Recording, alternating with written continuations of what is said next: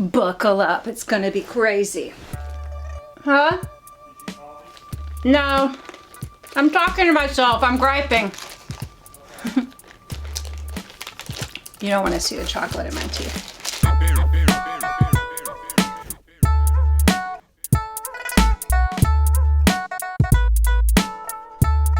Okay, I'm gonna be all over the place. This unexpected thing happened today that got me all thrown off. I'm not as prepared as I wanted to be. It was this incident with the piano tuner, which, you know, I'm sure we've all experienced, right? It was weird. I don't know if I've ever had anyone tell me to go to hell before. I mean, I almost started laughing, but it was sad. It wasn't funny. So I'm not super worried about it because, like, I don't think he has the power to send me to hell. But dang, that's rough to talk that way to another person. I don't know what was going on in his life. Anyway, it's like I'm not even looking at the camera as I talk. All that craziness aside, I'm Michelle. This is my so-called handmade life. I talk about knitting and crochet. I ask a lot of questions and I chat like your overly chatty friend that you get together and knit with, and hopefully you will respond to the things I talk about and the questions I ask. And I ask specific questions that are in the discussion below. And whatever you respond, I mention in the next episode, and it kind of guides where we go. So basically you're providing free content for me. There's that lovely word content again. Hey, a lot of you voted on the best or worst thumbnail for my 3,000 plus subscribers. I think I lost 2 subscribers since I did that. I mean, I gained some, but then I lost overall. I think I'm 2 less than when I did that. I was getting too cocky.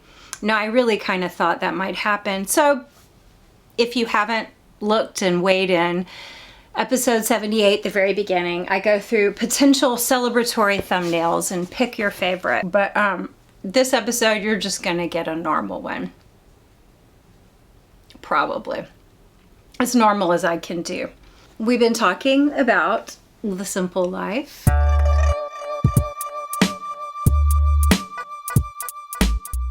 And it kind of fit in, which I didn't really plan, but it worked out with our Simply Irresistible Sock Cowl 23 with Christy Archer Designs, her YouTube channel. She and I on Instagram are having a little knit along. We have some really good prizes and we don't have a lot of people contributing photos on Instagram. So your chances are pretty good if you take some progress shots. You don't even have to finish by the end of the month, but Jen is going to beat us all, knitting the most number of socks. She's going to knit more of Christy's patterns than Christy will this month, I think.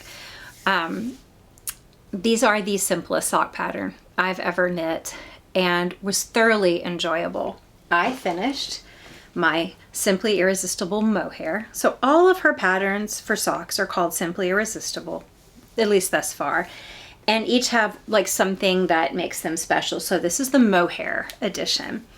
And you can see, if you haven't been, I don't know, watching, I've been talking a little obsessed with how there's no traditional heel here, which gives you a lot of freedom with length. Basically, you just knit till you say, well, I'm 2 inches from where I want to end the toe. And then you stop and you work your toe. They are a strange shape. You're right, Karen. It should be yellow. It does look like a banana, and I've heard a plenty of comments of what kind of sock this appears to be. It is going to be, not these. These aren't going to be a Christmas gift. These are going to be my little luxury treat to myself because this Stranded Dye Works silk mohair in Midnight Sun looks so pretty with some Woolen Vine reflector and just plain old Knit Pick Stroll here, and I think Flagstone Heather. I just feel like it's a super fancy winter treat for myself, and I can't wait to wear them. I am interested in how durable a ribbed heel will be. I put my socks through the wringer, and you're going to see a horror that I'm going to show you that I did. Maybe in the next episode. I don't know. It's so traumatic. I don't even want to show it or talk about it. But these were truly the easiest sock pattern I've ever done. And were they not holding a strand of mohair too, they would have been great. Dark room, movie knitting, that kind of thing. However, the next pair I started working on are perfect for travel and movie knitting. I don't really have to look down at all. So I'm really pleased with these. But I right away cast on for her worsted version.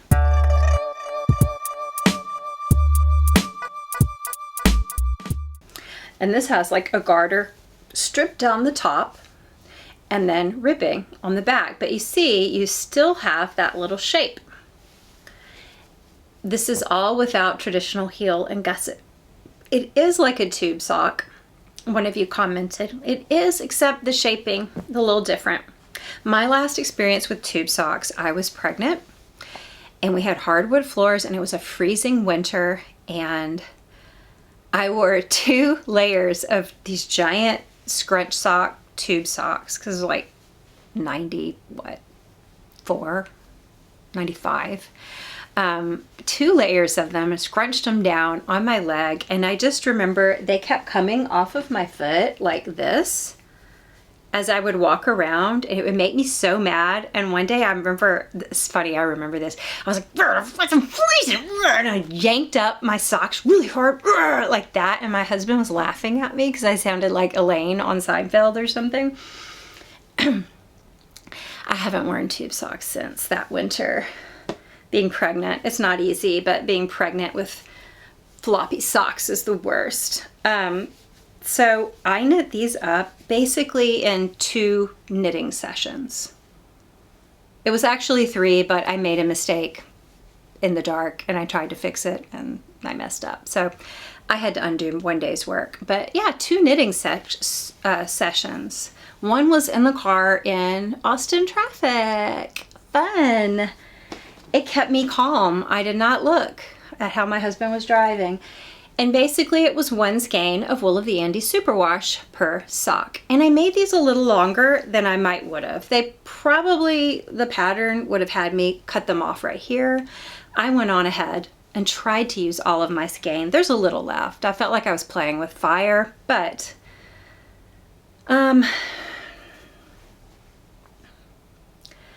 I am interested in how Wool of the Andes Superwash will wear. I mean, these are big old chunky socks and this is a big thick rib. I don't know if I'll wear through them quickly. I'm just not really sure. I definitely think they would make a fun gift for someone. And Christy, I believe, did knit her sample in Wool of the Andes Superwash, so maybe she can weigh in on the durability of this yarn with working on, you know, making a house sock. Because I would see this as like probably not even a boot sock. Probably this would just be schlepping around the house. So basically my glorified Swiffer of dog hair. These are great for travel, great for movies, great for TV watching. I think we were binging. Yeah, I still binge. Search Party. Making these. So yeah, I only have good things to say about them, but like I said, I am really curious how this heel will work in Wool of the Andes Superwash.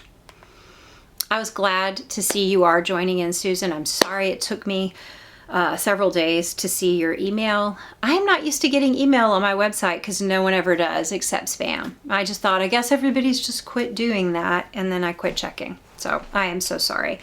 But I hope you found the right yarn combo and needle combo for trying these. And definitely, if you have more questions, message me on anything, you know, any of the social media apps or that same email I'm checking daily now. I set up notifications. Like we talked about, simplicity was sort of a thing. And I really know I should be talking more about knitting because people are tuning in and then they're disappointed. Where's the knitting? But we talked about simplicity and living a more unhurried life. And I've been experimenting.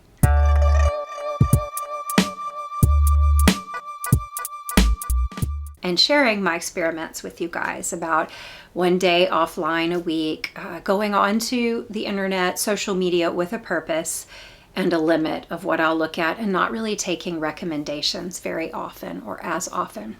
I've added to that, I try to, if I watch something really thought-provoking, I'm trying to kind of pause it or turn it off, not watch the next recommendation, and really absorb and think it through.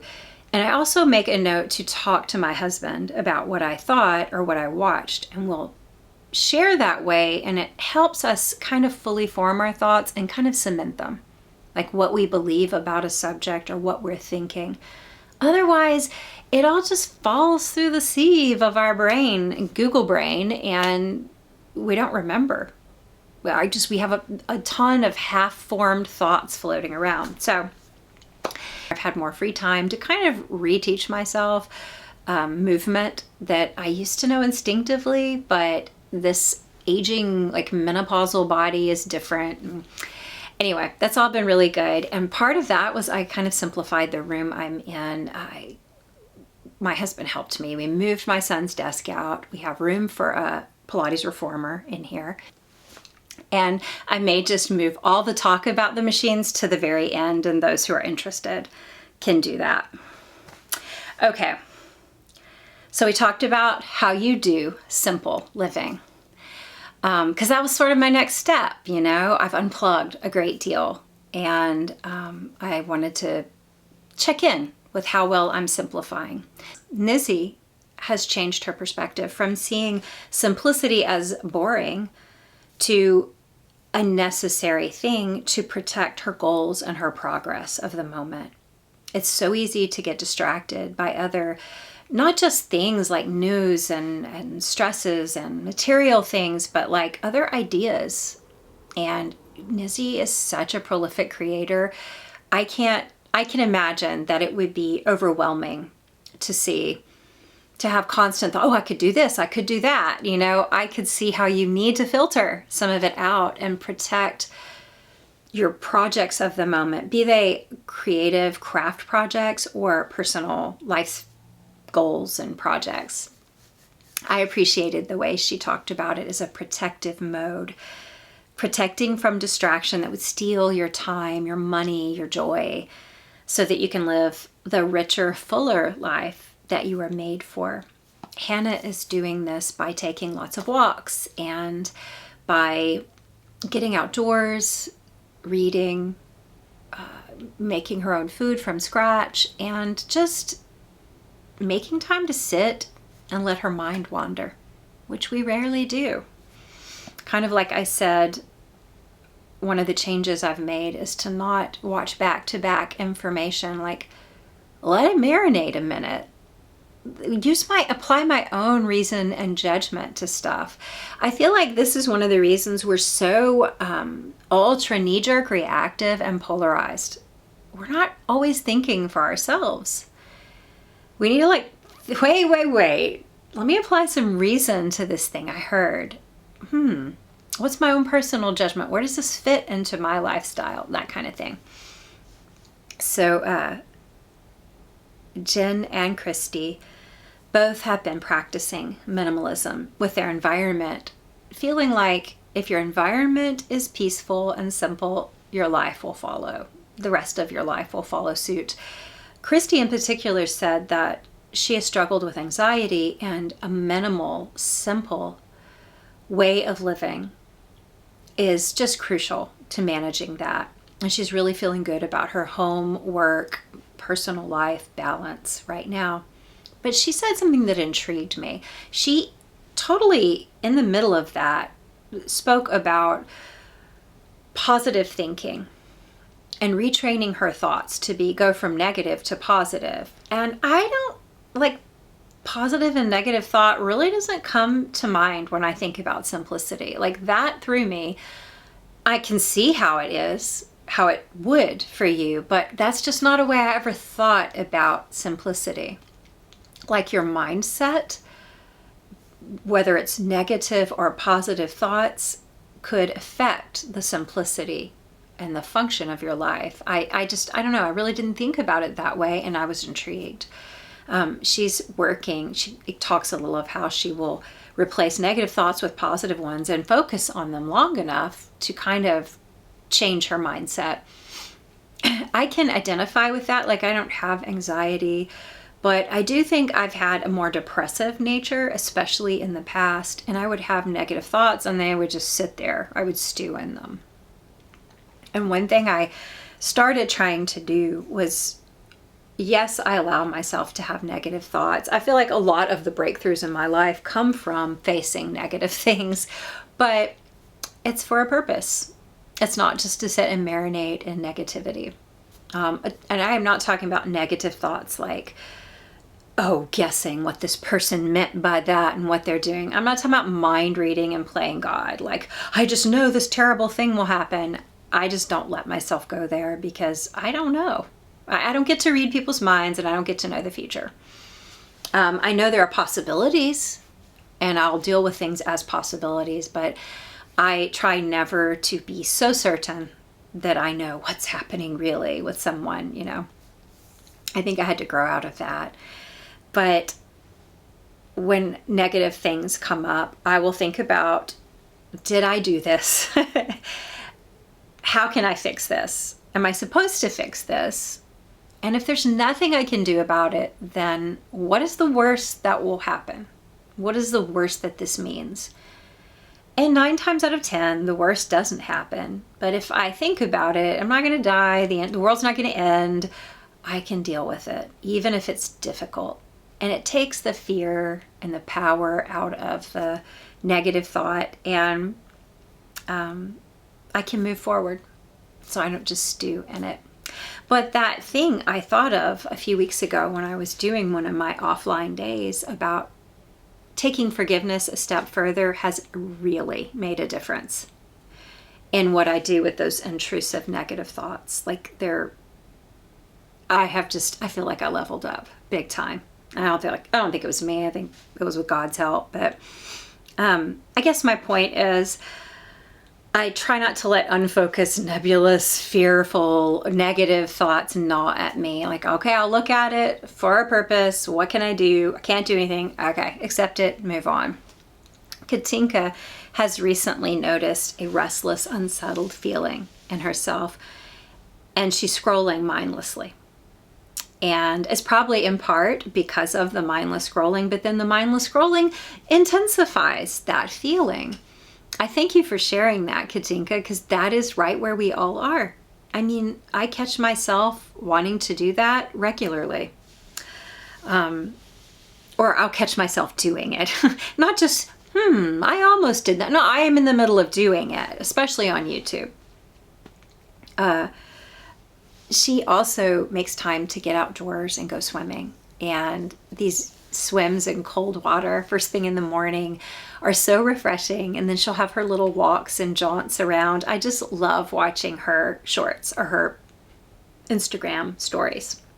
She also mentioned that when you are around people a lot, it's like she's having to really focus on simplicity more. It gets a little more complicated when you're interacting with others a lot, which I don't really have to deal with so much now. I spend so much time alone. But I do remember what it was like when my home was full. And we had people over all the time. And being an introvert, make it extra hard to make decisions, stick with things, and streamline. Yes. So I hope that you find your way through that challenge. Lori has moved so many times that as far as material things go, it's very easy to simplify. She's like, oh, I like this thing. Do I really want to move it several times? Nope. And that's that. It's a really clear-cut filter for her. But as far as like lifestyle, where she spends her time, she's taken some spiritual gifts tests, and that kind of shows her where she feels like her gifts are, and just knows to filter out the things that they aren't areas where she feels like she's useful or gifted or that bring her happiness. So not to get involved in a time suck, basically, like the internet. is for many of us. Projects and things can also be that if it's not the project and thing you need to be doing. I think that's interesting, Lori. I wouldn't have thought of a spiritual gifts test as a way to simplify my life. I actually have taken some before, and this is not probably the experience you've had or with the churches you've gone to, but I went to 2 different churches and they were like, we're going to do spiritual gifts tests and see where you're gifted and plug you in. Boy, the word plug you in was used. And it felt to me a little like, oh, I guess you're looking for people to teach children's classes and to clean stuff and to make food for things. You know what I mean? Like, I felt like they had specific spiritual gifts they were looking for. And in both instances, nothing ever came of it. Like, no one ever contacted me and said, oh, hey, 20-something-year-old, I really want to know what your discernment is in this area. But I found the tests themselves, the booklet with it, the little pamphlet, really interesting, because it would talk about gifts and whether you believe people are spiritually gifted or not. Okay, you don't have to believe that. Some of these spiritual gifts are like attributes you often see in people. There are people who are good teachers. There are people who are good encouragers. People who have like a quality of mercy about them, or hospitality. They're always providing for someone's comfort and helping people. So like, it's universal that these things exist, right? They talk though about, with all the pros of certain gifts, there's ways that you can twist it and misuse it. There's like flip sides. So for instance, let's say if you think you're discerning, well, you're fallible and you're not always going to be right. And you could start making a lot of snap judgments about people, stuff like that. I thought that was really neat to just read about some of the flip sides of qualities we all want to see in ourselves, but we don't necessarily want to think about, ooh, what's the judgment side of that? Like, could I become really judgmental?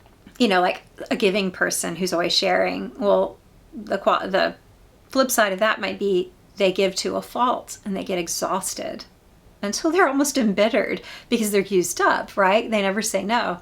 Stuff like that.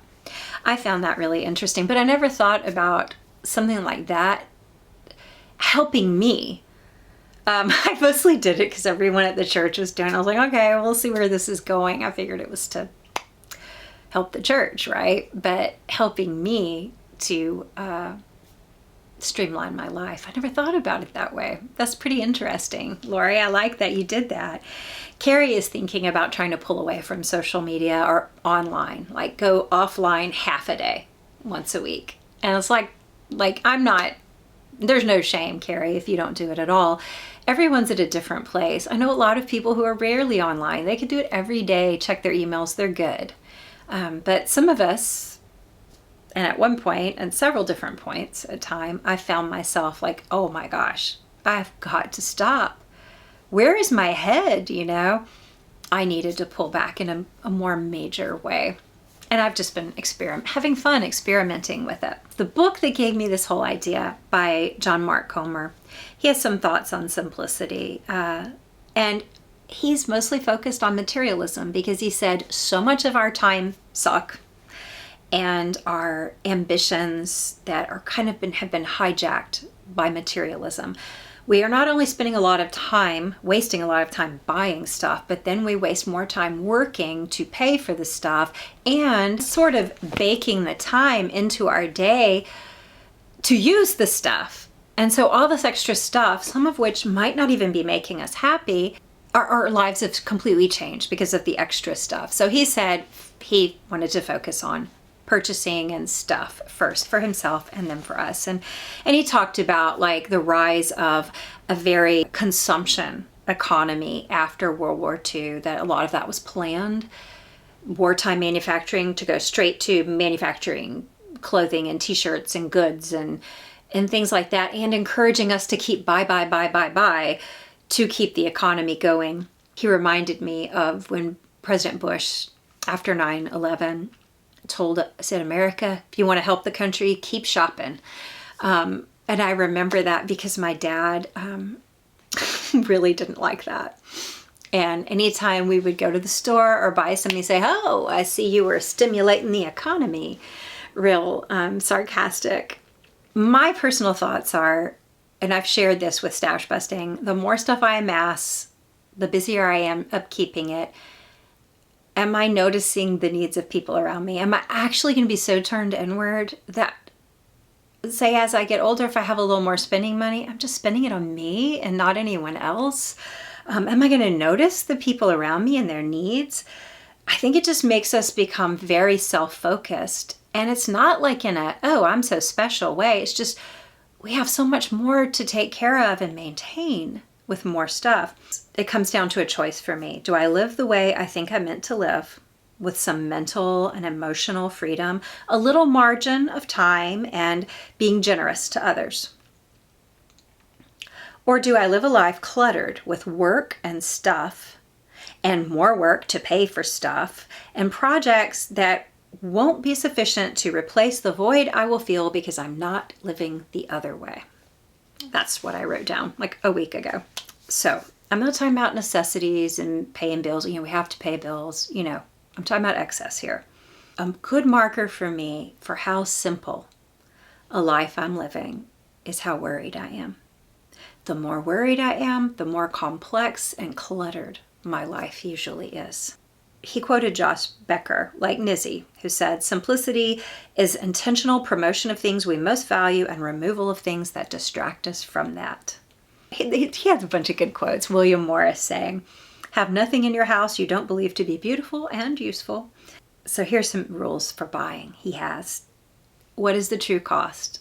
And years ago, I mentioned The True Cost, that documentary about our fashion industry and what it costs others. And recently I had a conversation with someone and they were saying that a lot of our clothing being just offloaded, our unused trash clothing offloaded to other countries who used to have a huge textile industry, and it's just depressing their personal industries.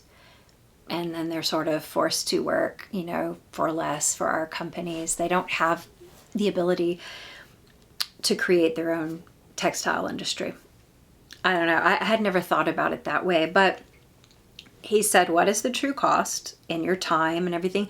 But then his second point is, are you oppressing someone? And that is oppressive, isn't it? If we're over consuming so that our waste gets dumped into other countries, messing up their economy, their ways of making a living, being burned in trash pits, Are people working for slave labor to produce these things? That really got me. I had some things in a cart and it sat for 2 days and I was able to just X out of it, close it, reading that. Obviously, is it an impulse purchase? Could I have something that's more lasting to have less stuff? Am I regularly giving to others? Am I following a budget? Am I enjoying non-proprietary things like free concerts, libraries? Am I trying to use what's available for free? Am I appreciating creation?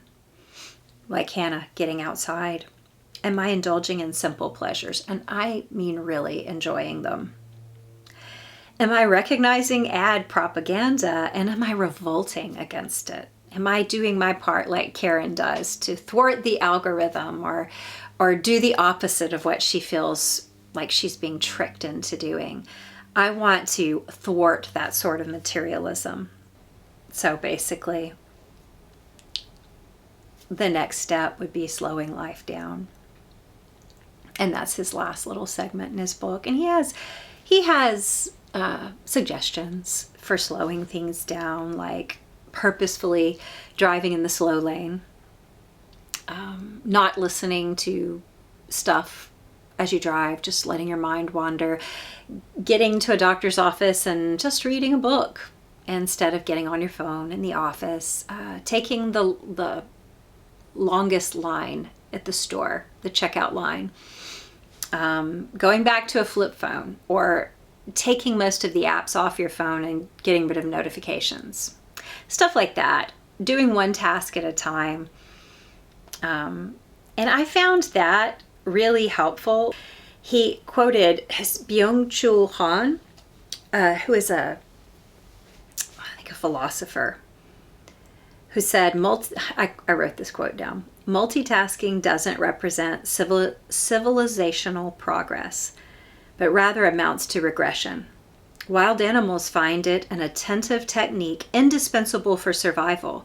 In the wild, they are forced to divide their attention between various activities. That's why animals are incapable of contemplative immersion. So this time for a quiet thought, like Hannah was talking about having, and maybe like Tinka is needing, and that's why she's done the restless scrolling that I often feel. How do you get it? Like quiet meditation. Some people pray, some people do both, or just let your mind wander like Hannah. How do you guys do it? As far as my other projects, there's no real segue.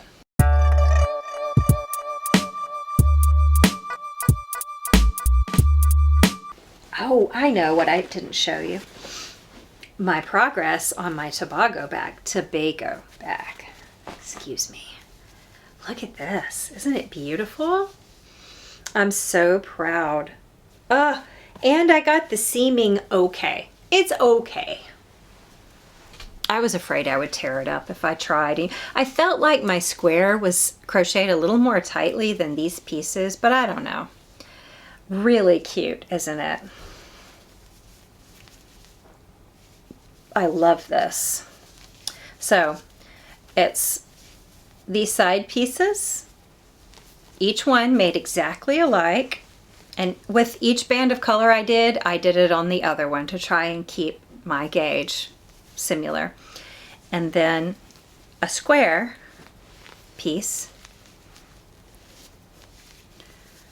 And all of this is clearly laid out in Tony's video, which will be linked. This is Tony Lipsy or TL Yarn Crafts, and this is basically a free YouTube pattern. Like you can purchase the pattern, but it's free if you follow it on YouTube. And I used Lion Brand 24/7 cotton.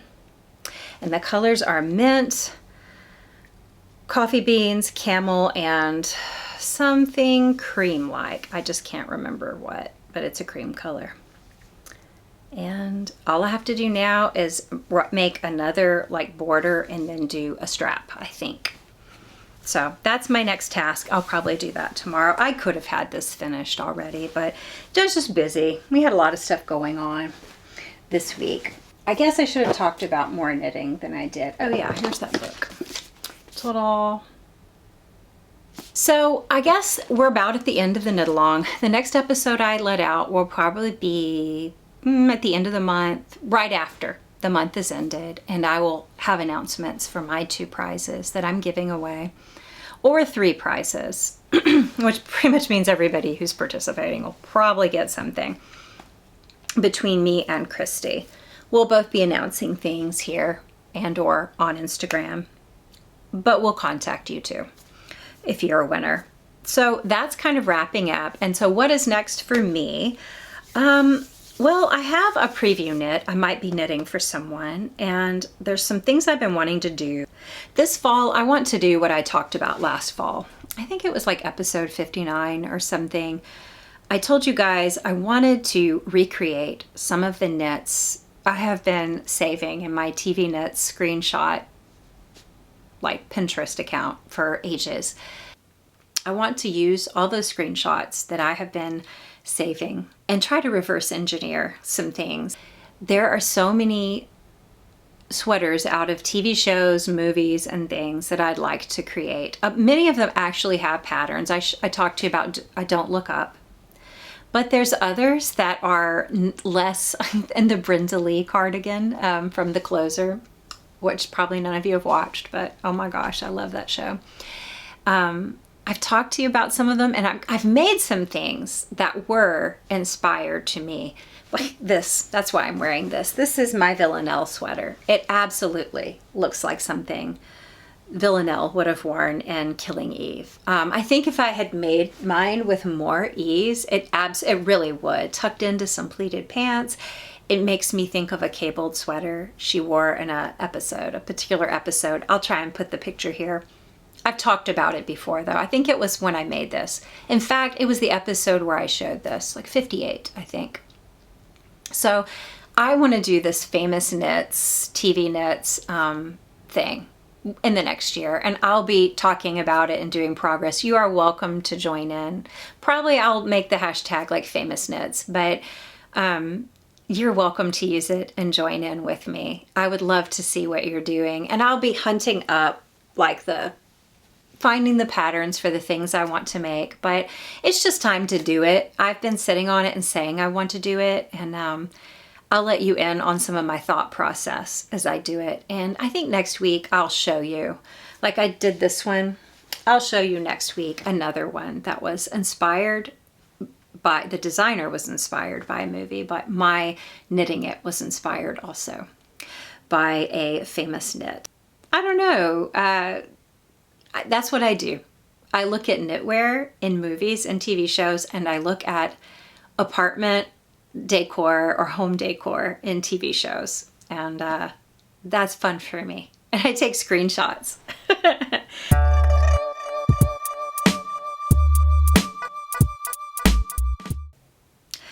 First, do you have some old-fashioned habits that help you slow life down, like Hannah, cooking?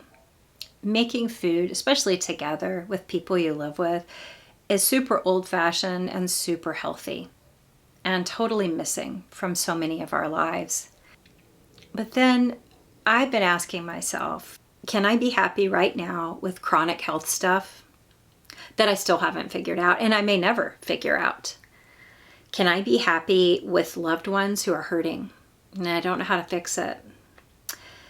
With some uncertainty in my future, financially or in other ways, medically, can I be happy right now? Is what I was thinking. And I'm still asking myself that. I think so. Some of you have recently said you're happier than you've ever been.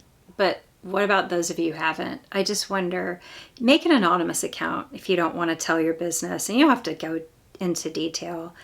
I just wonder, I feel like a lot of us in the last few years, our happiness level, our sense of well-being took a major hit. It's been a hard few years. Are you happy? Did your happiness take a dive, or did it deepen? Did those hard years deepen it? I don't know. Maybe that's kind of a dumb and open-ended thing to ask, but I would say in the last year, I was okay. You know, I don't even think in terms of happy. I'm just like, well, am I useful? Am I doing the right thing? Well, that's how I live, right? That's my habit. But I can see happiness. Like, it's right there. I can see it. Talk about it if you want. Don't if you don't. Tell me I'm a dork, whatever.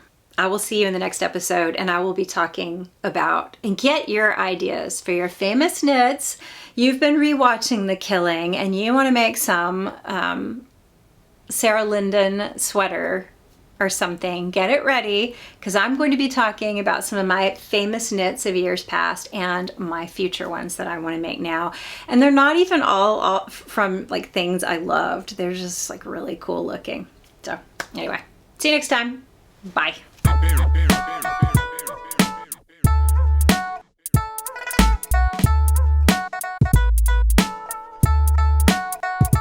It's an acquired taste.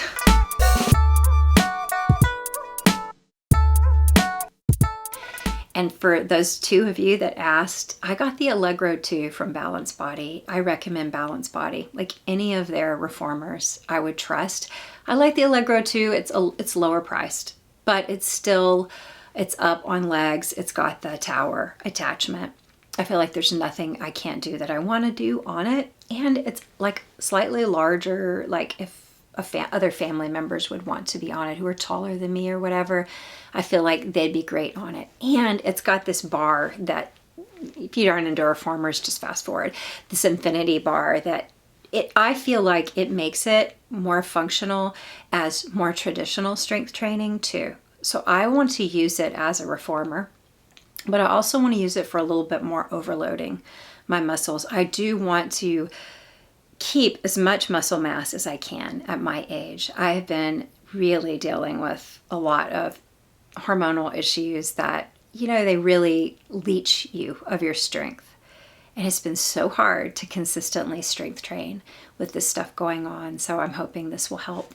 And I also will link in the notes some good YouTube channels, I think, that have really good instruction on Pilates. I think actual, real deal Pilates instruction.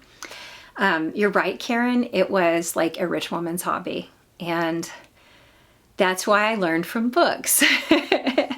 In fact, I only took lessons, like 3 classes, with a really sweet woman who just opened her studio, basically to see if I really had learned correctly from books. And I had I'm going to link some of those too, some really good books if you're interested in learning on your own.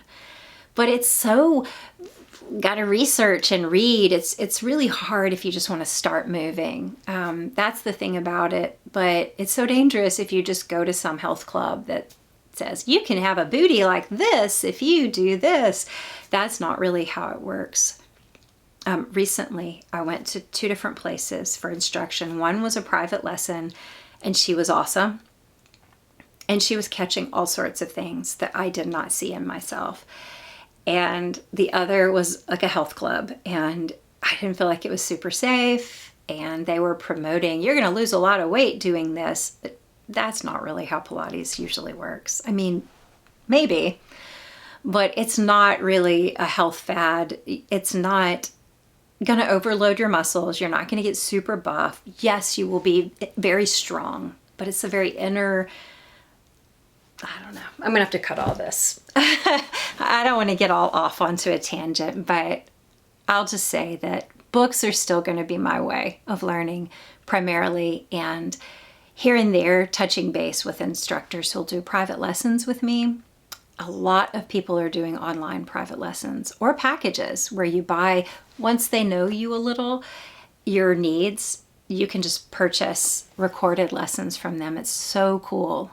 And that might make it more affordable also. But so Balanced Body, Gratz, those are the best reformers, I think. But get this, because like somehow I missed during the pandemic, it got super hot again. A lot of those people that bought them are unloading them now. So Facebook Marketplace can be a treasure trove. In fact, I got a chair for dirt cheap. It's not a brand I normally would have done. It's a metal chair. It's more affordable, but Balanced Body started selling them. So I trust that it's decent. I'm going to show you guys in my newly cleaned room. This is my Moxie chair. You can't find much about these online, and if you YouTube it, you're just going to see something strange. Very little info, very little workouts based on this chair, but let's see, it's only got 2 springs, but they have each 2 settings. And you can split your pedal. But anyway, I did a chair workout. Andrea Maida has a really good equipment and mat workouts, and I did one of her. I probably shouldn't have because I've never worked on a chair before, but I did like an intermediate workout, and I was like, wow. It was, now that I feel like was a strength building thing, but anyway, yeah. So those links are there for the 2 of you who are interested. This is not going to become a Pilates YouTube channel.